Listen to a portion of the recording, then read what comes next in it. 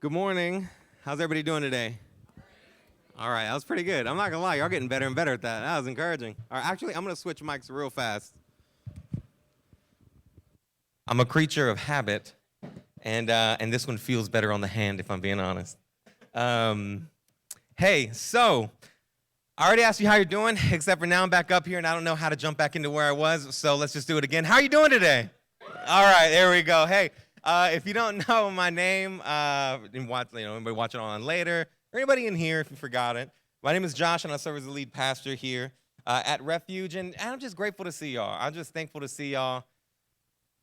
I had the not wildest, but the busiest week. Like we had like our men's breakfast yesterday. I had to turn in a paper by Friday night, preaching this morning, and so the week kind of just flew by. And I saw a lot of y'all, but I didn't feel like I saw a lot of y'all.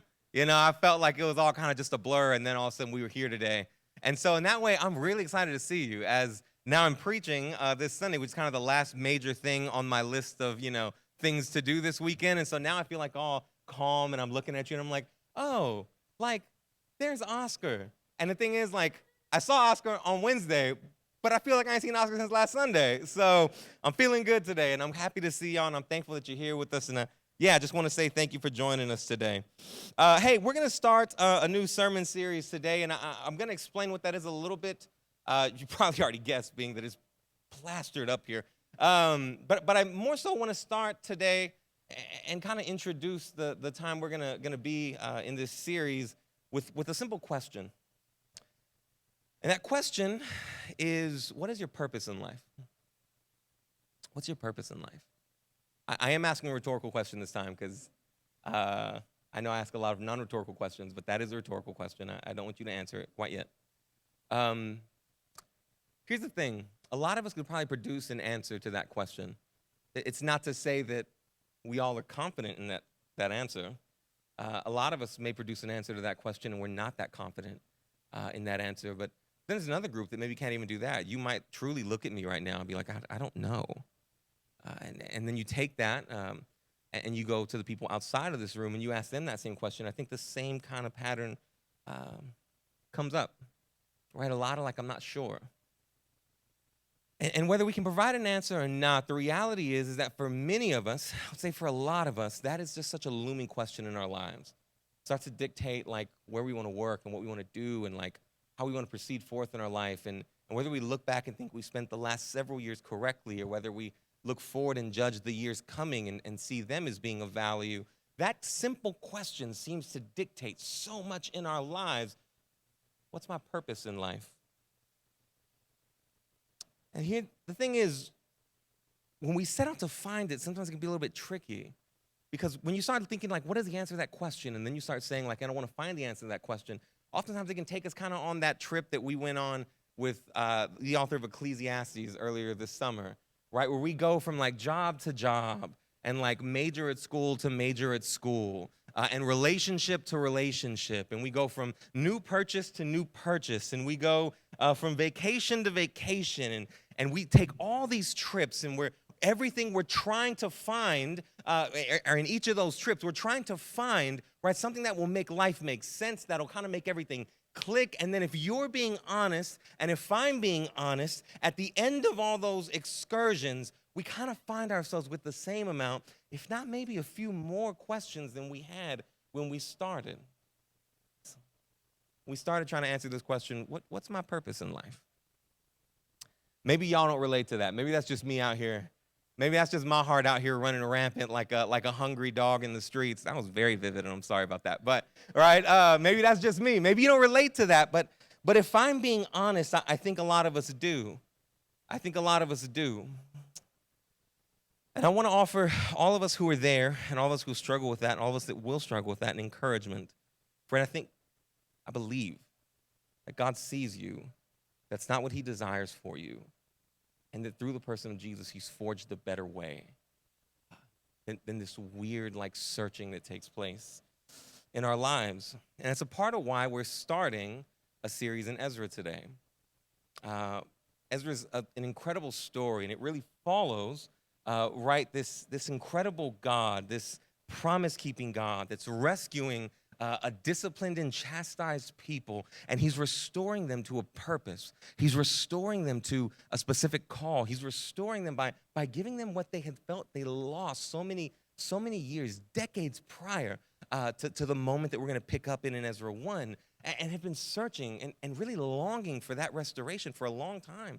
And then we jump into Ezra, and all of a sudden it's here. And God is going to do it.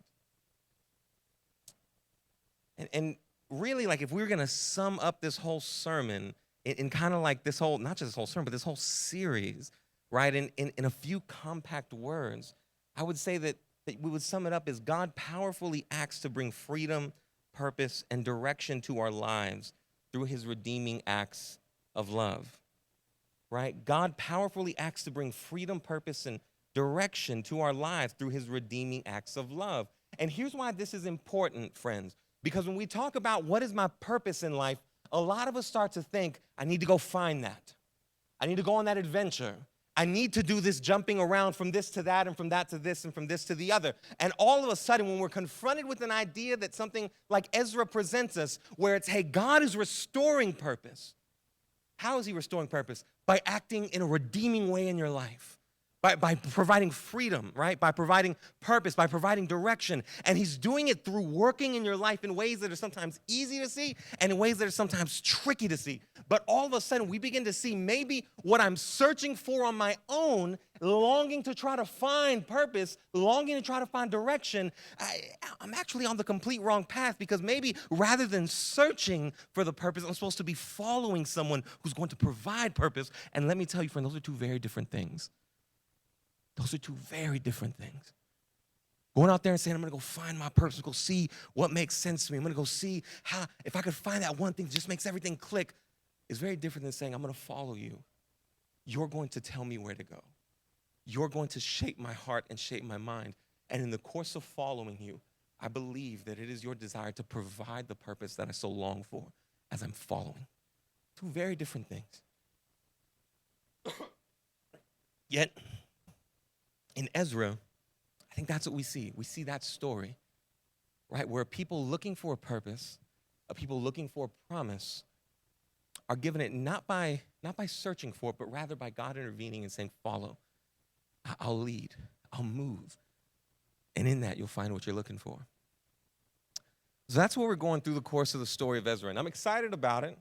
We're going to follow this story through the next 6 weeks. If you didn't know, Ezra is more than 6 weeks long if we're going chapter per week. And so there's going to be chunks that we cover in like a bit wider stretch. And so we're going to have times where let me tell you, we're not going to read them all at the get-go, at the jump. So I'm not telling you we're going to have times where we're sitting down and you're reading like 2-3 chapters of Scripture. But we are going to jump through it in some ways. And so we're going to cover the things that we want to highlight and things that we really think provide the best kind of cap to the story. This week, what we're going to start is we're simply going to start with chapter 1, those 11 verses that we read. And what we're going to do is we're really going to follow 3 different themes that kind of lay out an introduction to this story. We're going to listen and think about an exiled people. We're going to think about a rescuer God. And then we're going to think about a restored purpose. We're going to think about an exiled people, a rescuer God, and a restored purpose. And we're going to tackle those themes. We're going to start seeing how Ezra is laying out this story, what it means for us, and hopefully that's going to kind of lay a path forward to think about where we're going over the next 6 weeks. Let's start by thinking about an exiled people. As we catch this story, we're catching really one of the most important movements in the entire Bible, if I'm being honest.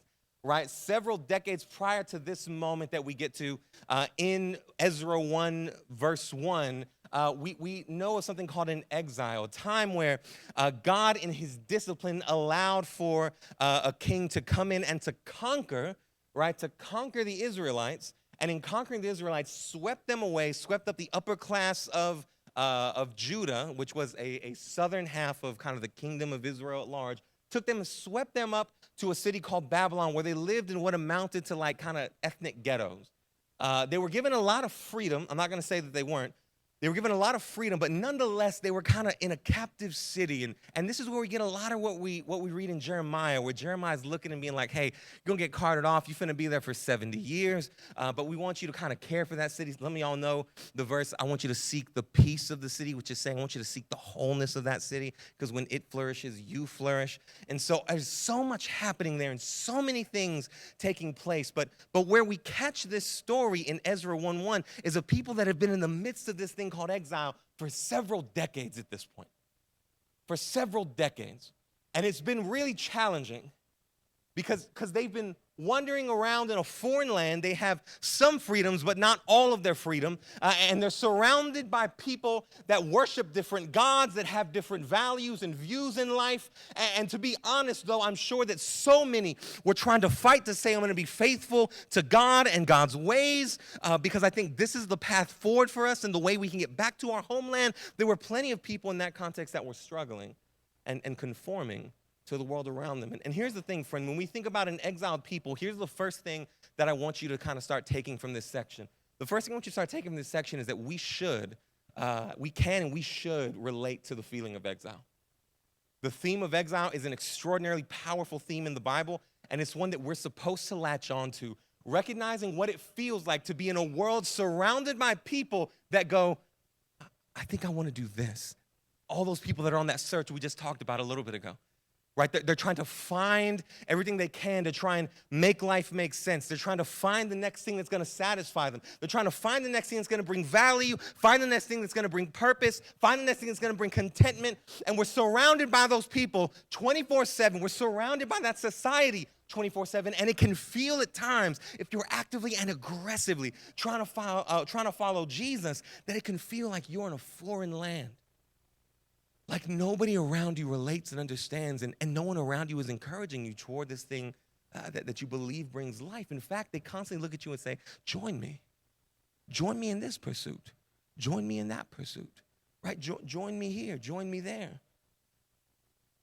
So we should relate to this feeling of exile, friends. But here's the thing. For a lot of us, we don't relate to it. We don't relate to it. And if I'm being honest, we don't relate to it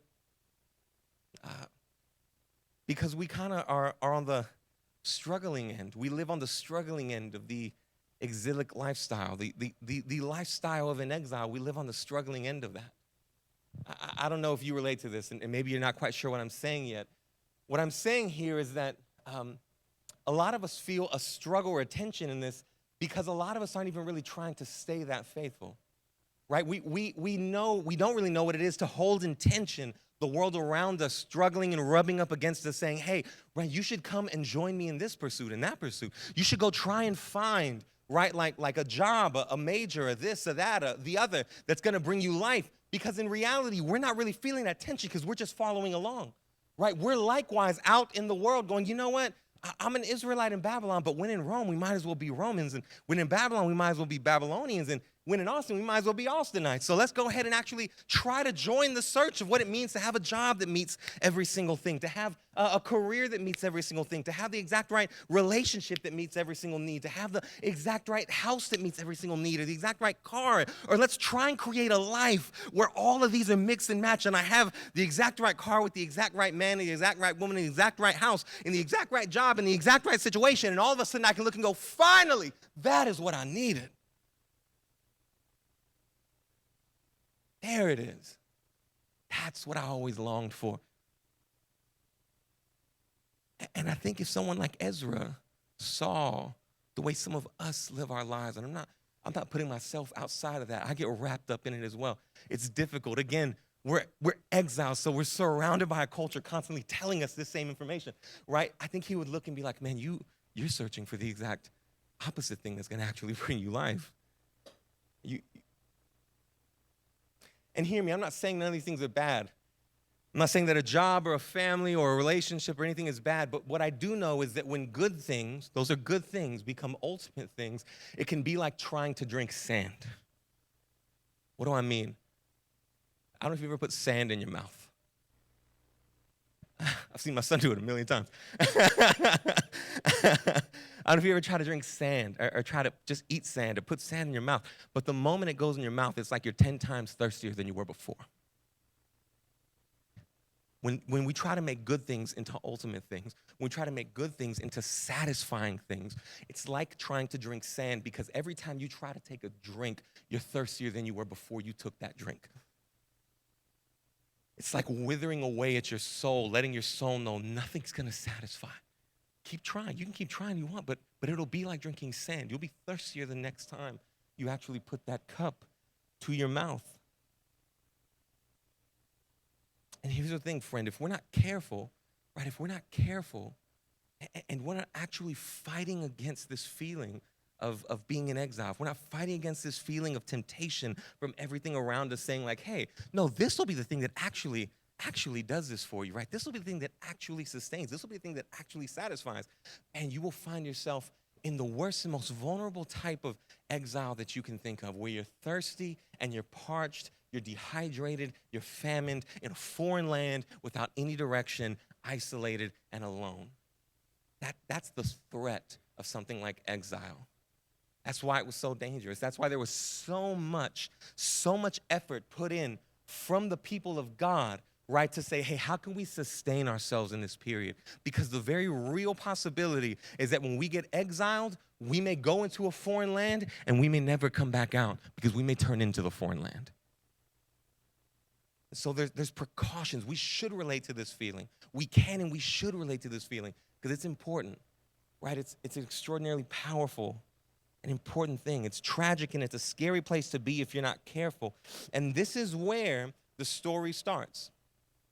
The story of Ezra, this is where it starts. This exiled people that's in this struggle trying to figure things out.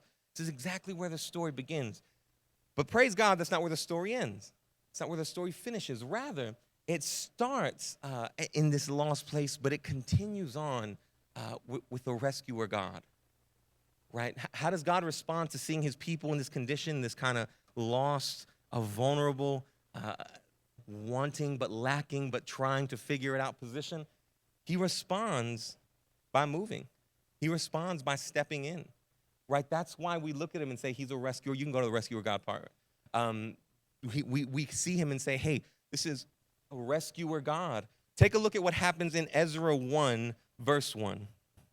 In the first year of King Cyrus of Persia, in order to fulfill the word of the Lord spoken through Jeremiah, the Lord roused the spirit of King Cyrus to issue a proclamation throughout his entire kingdom and to put it in writing.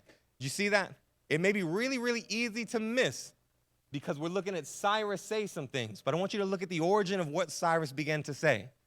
The Lord, there's this sort of, here it's he roused, right? But in other ones, it's he stirred. The original word means he kind of like awoke. He kind of like woke up Cyrus to say, hey, I'm moving you to make this declaration. Think about that. Think about, this was actually a new king. So in the beginning of this verse, it says in the first year of Cyrus, and it's because he just recently conquered the old king. And in his first steps here as a new ruler, he takes the captive people living in his new foreign capital, and he's like, y'all can go home. That's super weird. I'm just letting you know that's not a normal thing to happen. People don't stroll in with captive people, slaves ready to do the work of your kingdom to advance it and go, no, y'all can go. That's not normal, right? It would have taken almost like a divine act, almost as if God himself entered into the story and stirred and woke up Cyrus to say, here's what I need you to do. Here's what I need you to do. Now, here's the thing. If we got some like super sharp cookies in here right now, you may be having a thought on the back of your mind. I had the same thought. I'm not saying I'm a super sharp cookie, but the two, right? You might be thinking to yourself, well, couldn't that have just been like a policy change, right? Couldn't he have just been coming into a kingdom, needing to make some policy changes? And the risk is, like, when he comes into a kingdom and he takes it over, there's a chance that people that are captive start to revolt because they're like, hey, this guy just won, but that also means he just went through a battle. And maybe now's a good time to revolt. And maybe now if we all band together, we can really fight the power. So to that point, I would tell you, yes, that is what happened. In fact, Cyrus sent home most of the groups, most of the captive religious groups that he had conquered and brought to Babylon. He sent most of them home. including the Israelites. I want to lovingly tell you, friend, that doesn't mean that God wasn't still at work. That doesn't mean that God wasn't still at work. In fact, I believe that means that he was maybe even more at work. I love the way W. Brian Auker, he's a theologian and a professor. I love the way he says this in relation to this subject. He says, political and historical contexts change. Rulers and nations rise and fall. At times the church is tolerated, at times oppressed. Nevertheless, God is king over nations and grants his people participation in his purposes in every age. Doesn't matter if it seemed to just kind of go with the flow of what Cyrus was doing already. The reality, in fact, that points us to is that the circumstances in our life, even when they don't seem like they're explicitly in the hands of God, God is still working in them. God is still working in them. Yes, Cyrus came in and said, hey, I got to send most of y'all home. This is a good political move. What no one maybe understood except for God's people was that was the very thing God's people were longing for this entire time. That was the very thing they were hoping for. And in a moment, God stirred a man's heart to say, send them all home. But specifically, the point that I want is to send them home. Because I'm going to restore them. And I'm going to save them. I'm going to rescue them. Because I'm a rescuing God. Friends, sometimes the circumstances in your life that don't seem or appear to be just the most dramatic circumstances, right, that maybe even are kind of just feel circumstantial, those are some of the areas God's working most powerfully in your life. And I think that it's worthy for us to ask the question, if we can you put it up on that next slide? Yeah, there we go. What circumstances of your life might God be working in to bring about his work in your life? Right? What circumstances might God be working in? I don't want to speak too broadly here because I know that there are certain moments where we're just dealing and wrestling against brokenness in the world. That happens. I don't want you to think that doesn't happen. That happens. Nonetheless, there are moments where we're in the midst of a struggle. We're in the midst of insecurity. We're in the midst of struggles at work. We're in the midst of challenges at school. Maybe we have some moments where we are in great moments with our family or anything else. And all of a sudden, we forget sometimes to realize that in these circumstances, God is working, that he sees you in those circumstances, that he knows you in those circumstances, that everything that's going on behind the scenes that either feels like a storm in your heart or feels like a peaceful pond in your heart, he knows that too. And he's actively working those circumstances in order to bring about his purposes in your life. God's at work. God's at work. That's the next point, if you could put it up there. God is at work. And I want you to hear that. God's at work. God, how many of us really even believe that right now? How many of us believe that in the midst of our lives at this very moment, with all the circumstances that are going on that don't seem either crazy, but don't seem like super pitiful or super dangerous, but just in the normal circumstances, the things that are happening on a day-to-day basis, that we look at the Almighty God, the rescuer, the lover of our souls, and know he's at work. He's at work. Your future isn't insecure. Why? Because he's at work. Right? Your heart won't always be broken. Why? Because he's at work. Right? The sorrow won't last. Why? Because he's at work. Right? This is a truth that we get to declare, and that Ezra, right from the beginning, gets to show us God is at work. It may seem like he's not. It may seem like everything is normal. It may seem like the circumstances are kind of just plain. It's in those spaces that he continues to work. I'm going to break that thing. All right? He continues to work. Why? Because he's a rescuer. That's his nature. To see you, to see where you're at, to love you, and to step in to say, I'll rescue. I'll redeem. I'll love. I'll save. Why? Because he's a rescuer God. That's what he is. That's who he is. I sincerely, really, really love the way he said it in a little bit of a nerdy way, so we're going to clear it up a little bit. But this man named David Shepard, he's a theologian and a professor. He said this about verse 1 in Ezra 1. He said, while the first verse begins and ends with Cyrus, the syntactical heart, that means like the sentence structure, right? The heart of the sentence structure of verse 1 is profoundly theological. Yahweh moved. That Yahweh moved. Yes, it was Cyrus that was acting in the world, but it was Yahweh. It was the God of the universe that was moving. Friend, in your life, it may be your boss that's acting, but it's Yahweh moving. It may be your relationships that are struggling, but it doesn't mean that Yahweh is not moving. God is at work. He sees you. He knows you. He's present, and he's moving. That's what the beauty, the incredible, profound theological reality is of Ezra 1, verse 1. That, yes, Cyrus proclaimed, but God is the one that awoke. God is the one that stirred. God is the one that roused. God is the one that moved.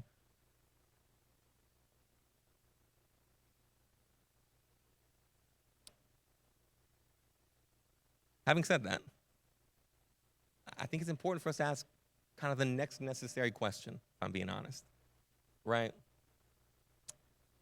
If he's a rescuer God and he's out there saving us, he's just out there saving people, right?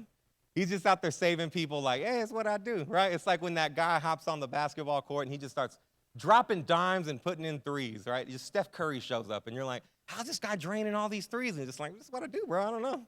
I throw it up there, the bad boy goes in, right? God just does it. He's just who he is. What is he doing it for, though? What is he doing it for? What is he saving us for? What is he saving us for?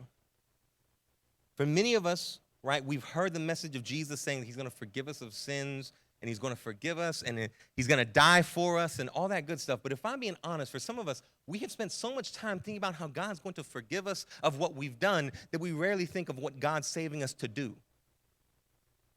I want you to hear what I'm saying again in that. Some of us have spent so much time thinking about how God has saved us from what we've done that we've given little thought to thinking about the question of what God has saved us to do. And so when we walk out there in the world and we think to ourselves, what is the purpose of my life? What am I made to do? We have no idea that God is sitting there going, I got some things for you. And we're like, yeah, no, God, I hear you. But I know you forgave all these things back, but now you give me the chance to go into this open canvas of life and to find my purpose. And he's like, no, but I really have a direction for you here. Like, I'm telling you, it's over here. It's really good. And we're like, no, I know. Right? So busy thinking about where we've come from and what God has saved us from that we rarely think about where God is taking us. And here's the thing. If you can't answer the question, what has God saved you for? What has he saved you to? Then you'll have a really challenging time thinking about what the purpose of your life is. Because, friend, let me tell you lovingly, they're intertwined. Right? They're intertwined. To answer one without answering the other will leave you with a lacking question. So we need to think about what has God saved us for? And I think it comes in this restored purpose that we find in Ezra 1. Now here's the thing. At an eye kind of level reading of Ezra 1, you may be looking at this text and thinking like, I don't see the word purpose anywhere in there, so this guy's tripping. No, you gotta dig under the surface a little bit. If you dig under the surface a little bit, all of a sudden this really powerful and beautiful thing starts to come out. And so buckle up because we're going to get a little bit nerdy for like 2 minutes. And then on the other side of that nerdiness, it's going to pay off. Okay? Sound good? All right. So here's what I want to do. I want us to look at Ezra 1, 2 through 4. I don't have it in my notes, Jackie, so if you can put it up here, that'd be really helpful. We understand that the Lord has roused Cyrus and that he has made this proclamation. Here's the proclamation he's going to make. This is what the king Cyrus of Persia says. The Lord, the God of the heavens, has given me all the kingdoms of the earth and has appointed me to build him a house at Jerusalem in Judah. We go to 4. The house, okay. Did I only put up to 3 in there? Can someone give me a Bible? All right. Let every survivor, wherever he resides, be assisted by the men of that region with silver, gold, goods, and livestock, along with a free will offering for the house of God in Jerusalem. Now, you read that, and there's some pretty cool things happening here, right? Like Cyrus is sending them out, but he's also like, hey, everybody help with what's happening here, and everyone help with what's going on. Except for that's what we're seeing, 21st century Americans, right? 21st century Austinites. What they were reading was something very different than that. What they were reading was something much more powerful than that. You see, Cyrus starts by saying, hey, we're going to actually, God has called me, and I feel that I have the authority to say, go back to your nation and build the house of God. that would already been a pretty powerful statement, and one that would have rang with all kinds of themes and all kinds of things that were happening, right, in Israel's history. But then he goes on to say something that's really, really, really important, right? He goes on to say, hey, I want all of your neighbors to give you gold and silver and cattle. And for people that were in exile, these exiled people who have heard the stories of how God had moved on behalf of their ancestors in places, I don't know, like Egypt, where they were slaves, but God had stepped in and in the book of Exodus saves them and frees them. These stories would have echoed in their heart for, at this point, centuries. And now they find themselves in a weirdly similar situation. And all of a sudden, through the words of Cyrus, they hear a weirdly similar phrase. Because the words that King Cyrus uses happen to be the exact same words that come from Exodus 12. Where in Exodus 12, in the Pharaoh's declaration to the people of Egypt, he says, the Israelites acted on Moses' word and asked the Egyptians for silver and gold, items, and for clothing. Right, this is pretty simple, but just the sheer connection of these ideas for the people reading Ezra would have gone, wait, God is going to deliver us. God is going to do what he did back then. God is going to do what he did for the Israelites in Egypt. He's going to do that for us now. And he's delivering us out of this situation. He's providing the silver and gold. He's surrounding us with people that are going to support us. And he's going to actually send us out to do the very thing that it happens to be in Exodus they're called to do. Because you see, while we may not have the direct reason or the subtleties of the reason here in Ezra 1, remember that Cyrus says, hey, I want you to go back to Jerusalem. And who remembers what he says to go back to Jerusalem to do? To build the house of God. And in Exodus, starting in Exodus, I think it's chapter 3, we start by hearing God say, hey, tell the Pharaoh, release my people so that they can go make a sacrifice for me. Then in chapter 5, he adjusts it to, hey, tell Pharaoh, release my people so they can go hold a festival in my name. And finally, in chapter 8, when everything has finally come to a bit of a head, he says, release my people so that they can go and they can worship me. A lot of times we think that freedom is just so that we can go and do whatever we want. A lot of times we think freedom is bought for us so that we can go and live however we want.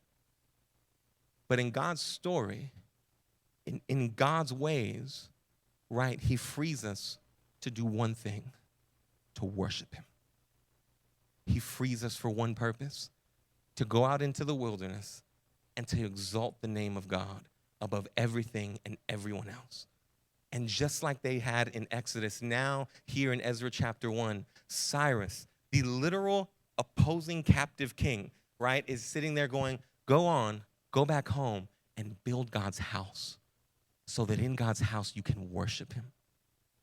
Friend, I want to lovingly tell you, God made you for something specific.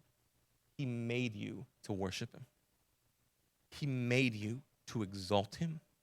He made you to know the depths of how good he is, how wonderful he is, how incredibly patient and compassionate, how just he is, to see him and to exalt him and to respond to that vision by saying, man, he's better than everything else. I give my life in response to this God. That worship, that response of saying, hey, I'll sing with all of my heart. I'm not telling you that you got to be on your knees in every service. I'm simply saying, maybe I'm saying it, but I'm saying that, that in your singing, right, if it's the call is sing from the depths of who you are because he's worthy of that. Right, serve with the fullness of what you have to give because he's worthy of that. Right, give to others as though you were laying down your life because they're worthy of that. Love your spouse because in Jesus, we see one that is laying down his life to serve us, and he's worthy of that. Care for your job and your neighborhood and your community. Why? Because in Jesus, we see one who enters into to capture the hearts of people by serving and loving and not being served by people, but rather laying down his life as a ransom for people. So we serve and love others because he's worthy. Why? Because God made us for him. He made us for himself. He made us so that in response, in a world filled with people saying, this will be great. Wait till you get this. This will answer all of your needs. The deepest desire of our heart says, man, you can fill me with the drinks of sand that come from those things. But at the end of the day, I can never change that I was made for that one. I was made for that one. And no car, no job, no relationship, no status, no success, nothing that this side of heaven offers me will ever satisfy the aching of my heart as much as going and saying, I'm his and he's mine, and resting in that. It's like St. Augustine said with an absolute banger of a quote, you made us for yourself, O Lord, and our heart is restless until it rests in you.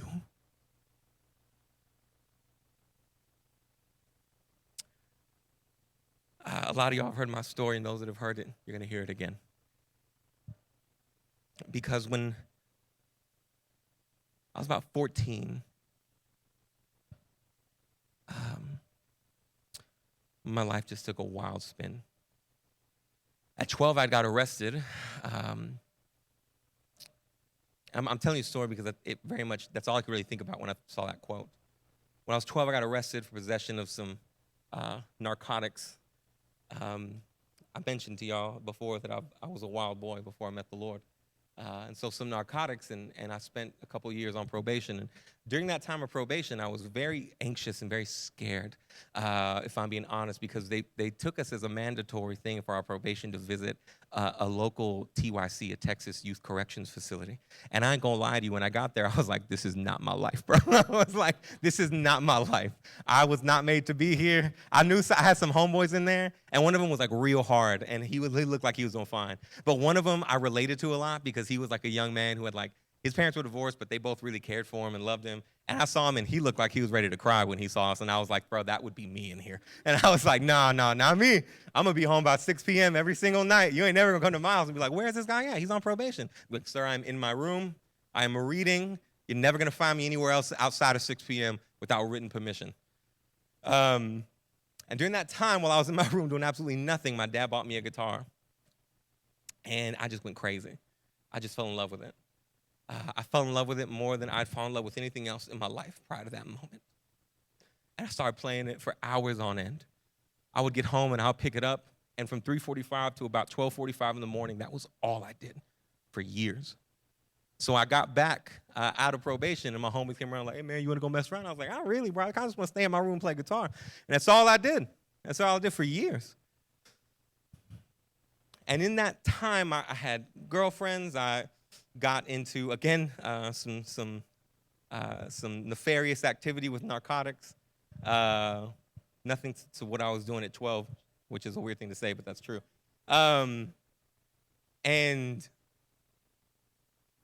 it turned into a 16, then 17, then 18, then 19-year-old boy just going to each one of those places and saying, can I get a drink of that sand? If it wasn't music, then it was a little bit of status I could get by playing on a stage. It was a little bit of notoriety I could get by being the youngest person playing at this bar that night. It was a little bit of that sense of like affirmation from a girl, or a little bit of an escape from some drugs, or a little bit of this or a little bit of that. And it was just a young man just going out there and trying his hardest to find every single one of those spaces and say, will this make it make sense? Will this make my life click into what I wanted and what I hope it can be? And it never worked. And by 19 years old, friends, I was, and you've heard me say this before, I was one of the emptiest 19-year-old young men I had ever met and ever seen, and till this day have ever seen in my entire life. A young man that has seen a lot of life and done a lot of stupid things, and still having seen all those things and having done all those things, walked away going, I am empty. I am sad and I am hurting, until one Tuesday or Wednesday afternoon. I can't tell you anymore because I was high as a kite all week, every day. But it was a Tuesday or Wednesday afternoon, and I drove to the church that I was attending, and I had a key to get instruments in and out. And I walked in, and I got down on my knees because I didn't know if there was any other way to pray. That's how I'd been taught. I clasped my hands like this because that's what I was told prayer looked like. And I just simply said, if you're there, help me. And if you help me, I'll concede you're big enough to tell me everything I need to do and to everywhere I need to go. And 45 minutes of snot bubbles later, I got up, and it was like I was a different human being. 6, 7 times a day of drugs turned into nothing. I went to my homeboy's house that night because I still had all the same friends. It was a 45-hour snot bubble session, not like a 45-year snot bubble session. And so I still had all the same homies. I went to their house, and I was like, hey, what's everybody doing? Everyone was passing around, like, the items used for said activities. And got to me, and was like, no, I'm good. Passed by me. No, I'm good. They passed by me. They're like, bro, you're never good. You're never just good when this comes to you. Like, what's going on? I was like, fam, I think I'm a Christian. And they were all, silence just fell over the room. Everybody was like, this is super weird, dog. So all you heard was the bubbling sound every once in a while. And then finally somebody was like, hey, that's cool, bro. They just kept passing it over me now. But one of the things that I thought about when it came to this point was that the next time after that experience, I picked up a guitar. It was like nothing I had ever experienced before. Because I'd spent years dedicated to this one thing. I'd spent years pouring into this one thing. I spent years trying to use this one thing to get some type of affirmation or some type of status or some type of accomplishment or some type of advancement. I'd spent years saying, hey, this is the means by which I'm going to feel, where life is going to make sense. It's going to take place through these 6 strings. That's where it's going to happen. And after I had that experience, the next time I picked up the guitar, I knew that guitar could do nothing. That guitar could do nothing besides be a compliment to the words that would come out of my mouth when I sang the next day or so. Because the next day, I forgot that a guitar existed afterwards, to be honest. I went and hung out with my friends, and I forgot that a guitar was even a guitar. And the next day, I picked up the acoustic guitar that I had in my room, and I started strumming it, and I started singing songs from church. And it was just like, this is what this is meant for. This is what this is supposed to be. When I got this guitar at 12, because I was on probation, an exiled young man thought, this is my means for purpose. This is my means for direction. But a rescued young man at 19, 20 saw that guitar and said, this is a means to accomplish my purpose. That is to worship the one who rescued me.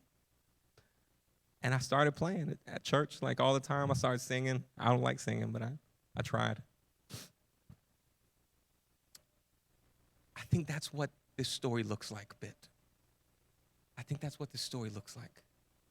I don't think any of the things that we're giving ourselves to are bad. In fact, they're good. I would never look at a guitar and be like, yo, guitars are evil. There's 2 guys, there's literally 2 guitars right there. But what I would say is that everything in your life, friends, the house you have, the relationships you have, the job you have, the success you have, the status you have, right? The friends you have, everything in your life, not one of them was meant to provide the purpose that you desperately desire. Every single one of them is meant to be a means of the purpose that God has given you. And that's the truth. God has given you a purpose, friend. It is to find rest and love and joy in Him, and to continue to find that every day of your life, in every circumstance of your life, in every season of your life, because He declares and promises, I'm with you. I'll never leave you. I'm present. Just like He was for them thousands of years ago at this point, right? Like, so He is with you now. So He is with me now. And my invitation to you, because the Scripture's invitation to you, is to come. Is to step into that purpose. And the beautiful part is that it doesn't start with saying, hey, I'm changing my practices in this and that way. That may have something to do with it. But it starts by coming to the one who has rescued you and saying, I see you. Help me. I love you. Help me. I'm with you. Help me. I stumble. Pick me up. I'm discouraged. Can you give me hope? I just want to follow you. I just want to put forth my best effort there in responding to the depths of love that you've given me. Help me do that. And friend, that's all. Those first steps are more than enough to start walking in the purpose that God has for you. More than enough. So the invitation today is the same as the invitation then. It's the same as the invitation that I took when I was 20. It's the same as the invitation that I have to respond to now when my life seems to get a little hairy. And then I start thinking that, a good sermon, planting a church, or getting a bigger house, or whatever else will meet the needs that I have. It's the same exact thing. It's the same exact invitation to come. To come. Why? And because you're accepted here by this God. This rescuer sees you, knows you, has accepted you, has brought you into the fold because his son is the one who actually entered into the story, who actually worshiped, who actually relied, who actually gave and exalted the name of the Father, yet who is the one that took the cross like an idolater, like someone who was drinking sand, like the withered soul that we sometimes tend to be when we seek after things to satisfy us that aren't God. Jesus took that place and withered his soul on the cross so that in response we could now be brought before the God who gives us purpose in life instead and be received, right, and be cared for. Friend, that's the invitation today, and it's a wide open invitation. And so here, if you a Christian, praise God. My invitation to you would be, for the rest of this series, start thinking to yourself, God, what am I pursuing? What am I pursuing as my purpose, as my meaning that just, it's not going to be healthy? That feels like that drink of sand that leaves me more thirsty now than I was before. Start preparing your heart there, because we're gonna take moments to attack those things. Attack is an aggressive word, but it is what it is. And then if you're not a believer, right, I want to encourage you, man, that invitation is open, right?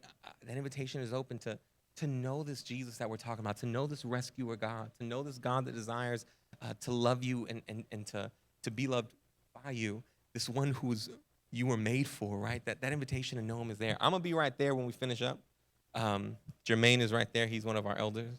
And so if you need prayer, if you need anything like that, man, we want to invite you to come talk to us. Because I think that taking the steps of saying, God, bring me this purpose that I think you've made for me in knowing you and in loving you is an important step. The steps after that we'll figure out together.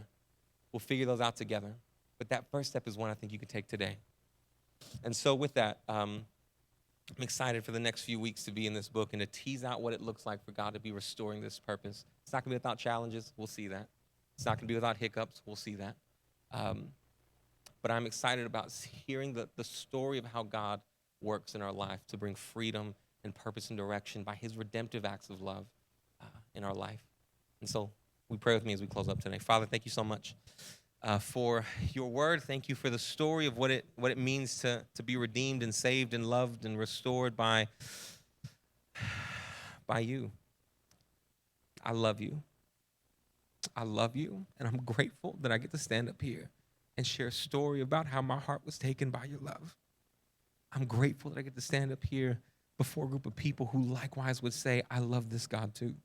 Help us, Father. Help us to see what you're doing in our lives, to see that in the circumstances of our lives, you may be drawing us closer to yourselves. You may be birthing out a new work in us. You may be providing a miracle, and to respond to that by walking in the purpose that you've given us, which is to know you, to love you, to worship you, to exalt you.